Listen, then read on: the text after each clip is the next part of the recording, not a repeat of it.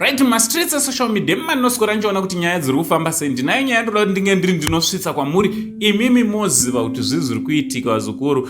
Tatambira mashoko erufu, mashoko asina kunaka, mashoko anorwadza vazukuru, andoda kuti ndinge ndiri ndinosvitsa kwamuri atakasangana nawo nezuro. Anditi nezo manheru it was late, I think it was around 9 or 10.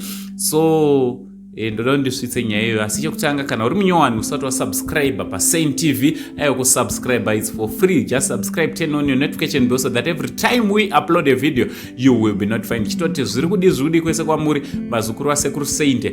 Mashoko andauya nawo iTsaona, vana va Decibel ane vana vake MaTwins, anditi vakomana vanga vachiratidza kuti vakuitawo zvemumhanzi sababa, anditi so vakomana ava Decibel vakazonyora post ramuri kuona iro achitaura kuti zvone vakaita chitsaona, ita tsaona, umwe wachona achibva ashayika. Msho anonzi kukunde yakashayika, tichiti nematambudziko kuna Decibel nemhuri yese, nematambudziko nekurasikirwa nemwana panguva dzakadai. Dai Mwari akunyaradzai pamwe chete nemhuri. Also Simba ari kunzi zvoni ari pacritical anditi condition zvinotorwadzwa zukuru nekuti kutaura kuno ari paComa.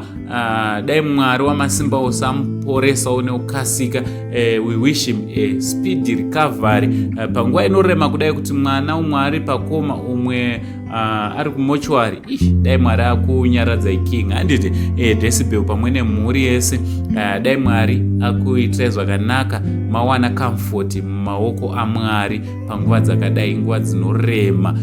So ngatingwa nemashoko mairi matatu ekuti tinge tiri tinotaura, ekubata maoko, ekunyaradza, ekushuvira mwanakomana waDecibel kuti ange ari anopora nokukasika. Tingowanamatira muri iri ku they really need our prayers panguva dzakadai. From Uncle Sane neSane TV crew, for now tichiti much love.